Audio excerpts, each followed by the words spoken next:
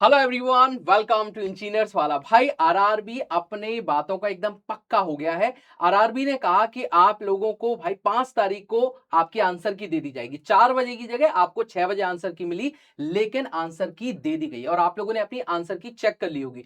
आप अगर इस वीडियो तक पहुंच चुके हैं तो नो डाउटली आप लोग ये समझना चाहते हैं कि एक्सपेक्टेड कट ऑफ क्या रहेगी, लेकिन उसको जानने से पहले काफी सारे फैक्टर्स पे डिस्कशन करना होगा। हम इस वीडियो के अंदर आप लोगों को क्या क्या बताने वाले हैं कि बच्चों का स्कोर क्या रहा है एवरेज। बहुत सारे बच्चों ने पोल में क्या बताया है, बच्चों का एवरेज स्कोर क्या रहा है, कम मार्क्स आने के कारण क्या है, कट ऑफ किन बातों पे डिपेंड करती है, आपकी जो कैटेगरीज बाय वैकेंसी है वो कितनी है। इसके अलावा हम डिस्कशन करेंगे कि लास्ट ईयर की कट ऑफ कितनी थी, इस साल कट ऑफ कितनी जाएगी, जब बच्चे आप लोगों का फाइनल रिजल्ट आएगा तो आपका स्कोर कार्ड कैसा दिखाई देता है, आपकी लास्ट ईयर की कट ऑफ थी तो कट ऑफ कैसे बनती है, मेरिट इंडेक्स के आधार पर हम कैसी चीजों को समझते हैं। अभी जो आपके पास मार्क्स आए वो आपके रॉ मार्क्स हैं या आपके नॉर्मलाइज मार्क्स हैं, नॉर्मलाइज होने के बाद आपको कितने नंबर मिलेंगे, एक एक करके बातों की शुरुआत करेंगे। इनफैक्ट ये भी बताएंगे कि सीबीटी 2 एग्जाम के होने की संभावनाएं कब तक हैं। ठीक है, चलिए वीडियो की शुरुआत करते हैं। सबसे पहले यह समझने की कोशिश करते हैं कि इस बार सर बच्चों का जो एवरेज मार्क्स है वो क्या है। जैसे बच्चों ने बताया कि 19 तारीख की एक शिफ्ट जो आप लोग थर्ड शिफ्ट थी वो बहुत टफ थी, और एक 25 तारीख की जो इवनिंग एक ही शिफ्ट हुई थी 25 तारीख को वो काफी टफ थी। बच्चों का ही मानना है, सभी बच्चों का एवरेज बोलना ये है। अब हम लोग समझते हैं कि स्कोर से भी कौन सी शिफ्ट टफ थी कौन सी इजी थी। आप वीडियो को लास्ट तक देखिएगा। आपका स्कोर कितना है वीडियो के कमेंट सेक्शन में जरूर बताइएगा। बिल्कुल, आप लोग इस वीडियो के नीचे सबसे पहले कमेंट करके बताना। मुझे लगता है सर जितना भी बच्चे यहाँ इस वीडियो तक पहुंच गए होंगे ना, तो आपने आंसर की को चेक कर लिया होगा और आप अपना स्कोर भी कमेंट करेंगे। आज जो मैं बात करने वाला हूँ डेटा पे बात करने वाला हूँ। हमारे पास डेटा है, लगभग 40,000 स्टूडेंट का डेटा है हमारे पास। और देखो यहाँ पे देखोगे एवरेज मार्क्स देखोगे तो ओवरऑल यहाँ पे 51.49 है।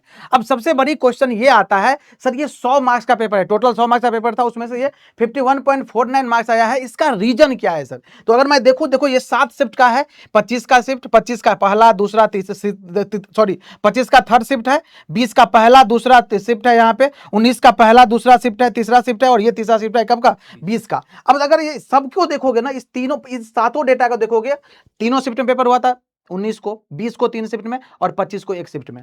अगर सबका देखोगे ना तो देखो मैक्सिमम जो स्कोर गया यहाँ पे 55.56 गया है स्कोर, और जो मिनिमम स्कोर गया है ना ये गया है 46.67, जो कि आपको देखो 25 का पेपर हुआ था उसका स्कोर सबसे कम है 46.6। अब बात आती है सर, जब इतने डेटा है, कैटेगरी वाइज है, देखो टोटल स्टूडेंट भी है और कैटेगरी वाइज डेटा भी है। थोड़ा सा एक चीज और दिखाना चाहूंगा मैं आपको, जोन वाइज अगर यही चीज दिखाऊं मैं, तो देखो जोन वाइज यहाँ पे डेटा दिया गया है। जोन वाइज एवरेज मार्क्स का बात करूं तो अहमदाबाद, अजमेर, ये सारे जोन का बात करूं तो देखो अहमदाबाद का 48 है, अजमेर का 51 है, बेंगलोर का 51 है, भोपाल का 51 है, भुवनेश्वर का 48 है। ऐसे ही देखते जाओगे आप, जिस जोन से हो यहां से देख सकते हो और इसका स्क्रीनशॉट भी आप ले सकते हो। अब बात आती है सर ये इतना कम एवरेज मार्क्स गया क्यों? तो आपको एक बात पता है, इसका कुछ रीजन है, और ये रीजन का अगर मैं बात करूं तो रीजन ये है कम मार्क्स होने का, जो आपको पता है इस बार एग्जामिनेशन पैटर्न चेंज हुआ था। चेंज ये हुआ था, इस बार जो पेपर हुआ था सीबीटी 1 का, वो मिक्स्ड होकर आया था, सारे सब्जेक्ट मिक्स्ड थे, एक ही में थे। अब उसमें हुआ ये, जो बच्चे टाइम मैनेजमेंट सही से नहीं कर पाए। बहुत सारे बच्चों से जब हमने बात करा सेंटर पे, और अभी भी बात हो रही है बच्चों से, तो बच्चे बता रहे सर टाइम मैनेजमेंट का इशू हुआ। तो सबसे पहला कारण mixed paper pattern, no section wise paper था, जिसके वजह से बच्चे अटेम्प्ट कम कर पाए हैं और इसीलिए एवरेज मार्क्स कम आ रही है। लेंदी कैलकुलेशन था, अगर मैं बात करूं मैथमेटिक्स में भी, तो वहां पे भी लेंदी कैलकुलेशन था, जिसके वजह से बच्चे उतना पेपर अटेम्प्ट नहीं कर पाए। हाँ, कुछ बच्चों ने अच्छा किया है, हमारे पास ऐसे बच्चे भी है जिसका स्कोर 90 प्लस आ रहा है। एक्सेप्शनल केस है बेटा, इस बात का ध्यान रखिएगा, हर जगह एक्सेप्शन होता है। और तीसरा जो मेन फैक्टर है, डीप कॉन्सेप्ट क्वेश्चन। आप अगर साइंस का एक एग्जांपल दूं तो साइंस में जो क्वेश्चन था वो डीप था, तो बहुत सारे बच्चों से वो क्वेश्चन बना भी नहीं। This is the main factor, ये 3 फैक्टर है जिसके वजह से मुझे लगता है एवरेज मार्क्स कम हुआ है। सर इससे आगे बिल्कुल क्या बोलना बिल्कुल चाहेंगे सर, सर? देखिए अभी अपने पास में कुछ चीजें और हैं, उन पे भी थोड़ा सा डिस्कस कर लेते हैं। देखो बच्चों के जो एवरेज मार्क्स हैं, अगर आप देखोगे किसी के 80 मार्क्स आए हैं, किसी के 67 है, किसी के 71, लेकिन ये ज्यादा को मत देखिए। आप देखिए 60 भी है, 72 भी है, 64 भी है। एक एवरेज लेके चलेंगे तो यहाँ पे 65 मार्क्स, 62 मार्क्स है किसी के। ठीक है, और देख लेते हैं। ठीक है, यहाँ पे देखो आप लोग 76 है, 69 है, 58 है, 51 है, 73 है, 60। मेरे पास ऐसे भी स्टूडेंट हैं जिनके 40 मार्क्स हैं, 45 मार्क्स हैं, वो भी कहीं ना कहीं उम्मीद लगा के बैठे हुए हैं। हमारे पास ऐसा बहुत सारा डेटा है और ये डेटा सिर्फ आप लोगों ने ही बताया। अगर आप देखेंगे कितने सारे बच्चे बता रहे हैं कि कौन सी शिफ्ट हार्डेस्ट थी, तो 25 की थर्ड शिफ्ट हार्डेस्ट है आपके पास में। बच्चे बता रहे हैं 68 मार्क्स आ रहे हैं ओबीसी बिलासपुर जोन से, तो पूछ रहा होगा कि नहीं होगा। 56.7 आ रहे हैं किसी के। इस तरीके से आप लोगों के मार्क्स आ रहे हैं और आप लोग काफी ज्यादा चिंतित हैं। आप लोगों के मन में ये चिंता का विषय बिल्कुल बनना चाहिए। देखो यहाँ पे अगर हम लोग देखेंगे तो इस जगह पे देखो 2500 बच्चों ने वोट किया और 2500 बच्चों में से मैं 34 नहीं कम से कम लेके चलता हूं इसको, 60% से भी ज्यादा बच्चे ऐसे हैं जिनके लगभग 50 से लेकर के 55 तक मार्क्स आ रहे हैं। मतलब ओवरऑल बात करूं 40 से 55 के बीच में शायद स्कोर होगा। ठीक है, तो बच्चों के स्कोर कम ही है, लेकिन भाई सीट भी कम है, मेहनत तो करनी पड़ेगी आप लोगों को। तो ये आपको ये बताता है कि भाई सबकी हालत एक जैसी है। इवन सर हम लोग अगर लास्ट ईयर, पहले तो आपको ये बता देते हैं कि जब आपका ये जो भी आपको स्कोर अभी मिला है ये आपका रॉ स्कोर है। बिल्कुल अभी नॉर्मलाइज स्कोर होके आएगा तब आपके मार्क्स बढ़े या घट सकते हैं, सभी शिफ्टों को एक सेम समान लेवल पर लाने के लिए। जरी लास्ट ईयर का किसी एक बच्चे का कट ऑफ हाँ, मतलब स्कोर कार्ड है, जब आपका रिजल्ट आएगा ना, CBT 1 का रिजल्ट आता है, तो मैं बता देना चाहूंगा CBT 1 का जब रिजल्ट आता है ना तो आपको नॉर्मलाइज मार्क मिलता है। देखो यहाँ पे अगर देखोगे ना तो यहाँ पे सारी चीजें लिखा गया, टोटल वैलिड क्वेश्चन कितना है, टोटल नंबर ऑफ क्वेश्चन आपने कितना अटेम्प्ट किया, टोटल नंबर ऑफ क्वेश्चन 100 होता है, कौन सा शिफ्ट था, कितना का पेपर था, जोन क्या है आपका, और डेट ऑफ बर्थ क्या है, नाम क्या है, ये लिखा गया है। और देखो लास्ट में लिखा गया है यहाँ पे pro rated score out of 100 में कितना मिला, नॉर्मलाइज स्कोर देखो यहाँ पे दिख रहा है, और परसेंटाइल स्कोर दिख रहा है। ये CBT 1 का रिजल्ट ऐसे ही आता है। जब CBT 2 का रिजल्ट आएगा ना उस पे मेरिट इंडेक्स बनता है, तो ये जो स्कोर आएगा ये ऐसा ही दिखेगा आपको। अब यहाँ पे मन में क्वेश्चन रहता है सर, यहाँ पे देखो, यहाँ पे एक चीज आप लिखी हुई है, number of question cancel. Last year क्या हुआ था, कुछ क्वेश्चन गलत थे तो आरआरबी ने उनको कैंसिल ही कर दिया, और अभी भी ऑब्जेक्शन करने के लिए आया है। टोटल वैलिड क्वेश्चन यहाँ पे 94 इसलिए दिख रहे हैं कि 100 में से अब कैलकुलेशन 94 से होगा, 100 से नहीं होगा, 94 में से कैलकुलेशन होगा। और यहाँ पे देखो स्टूडेंट का जो रॉ स्कोर बनना था वो 62 के बाद में प्रो रेटेड जो स्कोर बनना था वो 65 बना था, लेकिन नॉर्मलाइज होने के बाद इस बच्चे का स्कोर 71 था। और परसेंटाइल स्कोर देखोगे तो 89 परसेंटाइल इस बच्चे की आई। तो ऐसे आपका स्कोर कार्ड आएगा। अभी इस पे मत बात कीजिएगा, अभी तो मेरिट इंडेक्स बनती है। इवन सर रिजल्ट के बारे में बात कर लेते हैं। बिल्कुल, रिजल्ट ना कुछ ऐसा दिखाई देता है आप लोगों का, जैसे अहमदाबाद जोन का है, ठीक है, CBT 1 का आपके पास में है, JEE DMS CMS आप इसमें देख सकते हैं। ये unreserved category, SC ST OBC, non creamy layer, EWS ESM, ये इसके बाद ये बाकी कैटेगरीज हैं। अब इसमें देखो जैसे आपको दिखा रखा है, अच्छा ये कैटेगरी है जो आप लोगों ने प्रेफरेंस के टाइम पर चूज करी, फॉर्म फिल करते वक्त, फॉर्म लेंगे, तुम नंबरिंग देख पा रहे होंगे, जैसे 10 नंबर पे मैं जा रहा हूं तो 10 नंबर की जो आपके पास में कैटेगरी नंबर है, जो डिपार्टमेंट है, उसकी अनरिजर्व्ड की कट ऑफ आपके पास में इतनी है।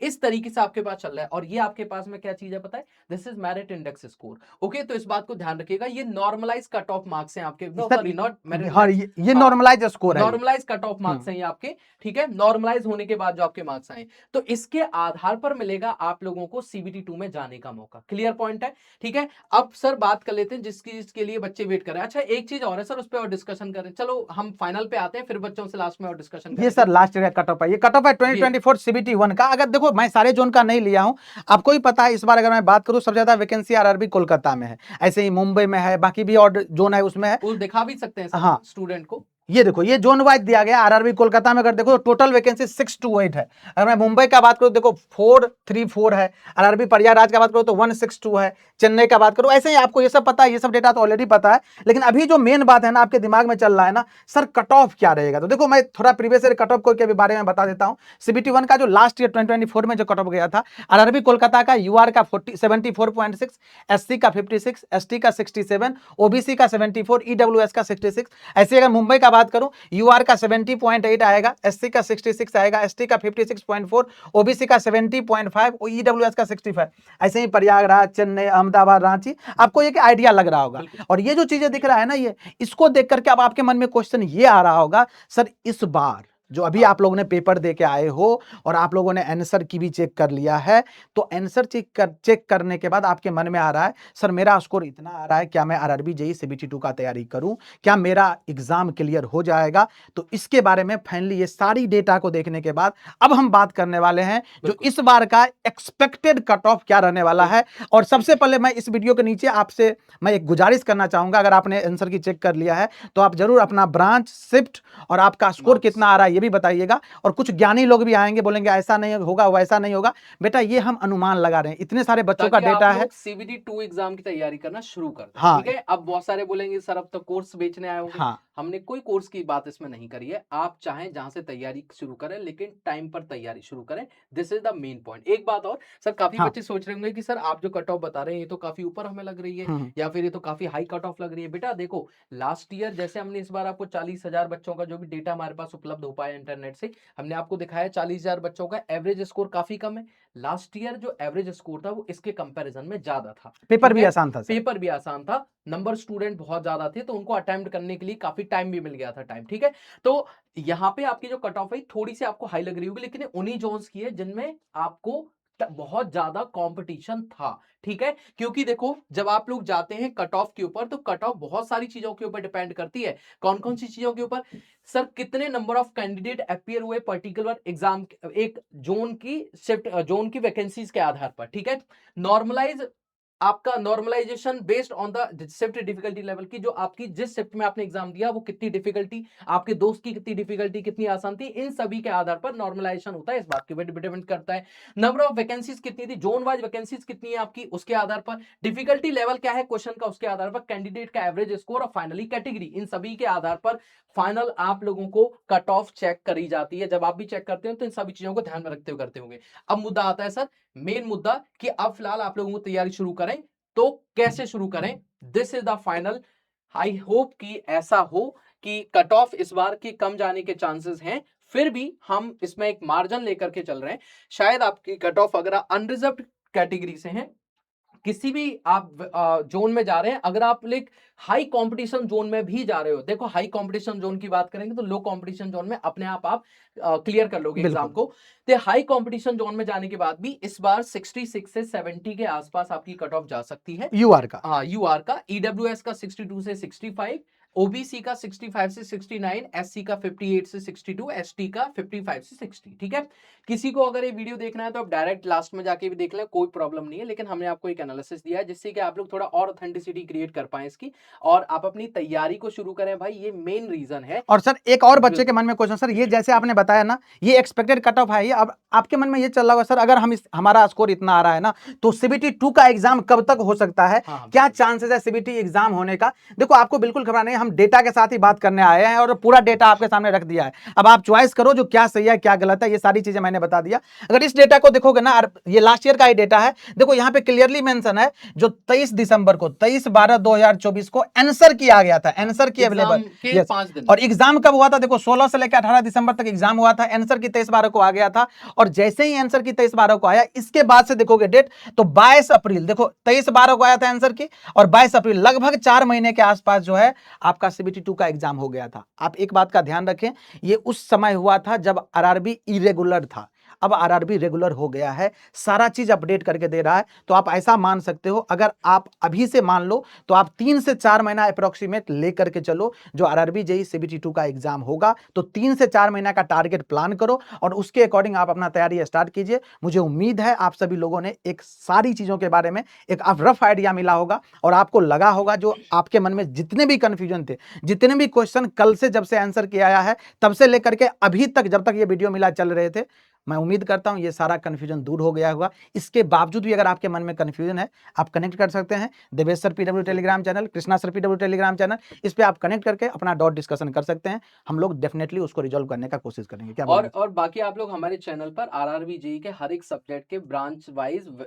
वन शॉट अवेलेबल हैं, आप उनको जाके अपने सब्जेक्ट को रिवाइज कर सकते हैं फ्री ऑफ कॉस्ट। Yes. कोई कोर्स की बात नहीं कर रहे हैं।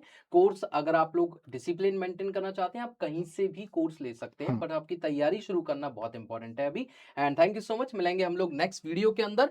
तब तक के लिए आप लोगों के साथ में हम कनेक्टेड रहेंगे हर तरीके से।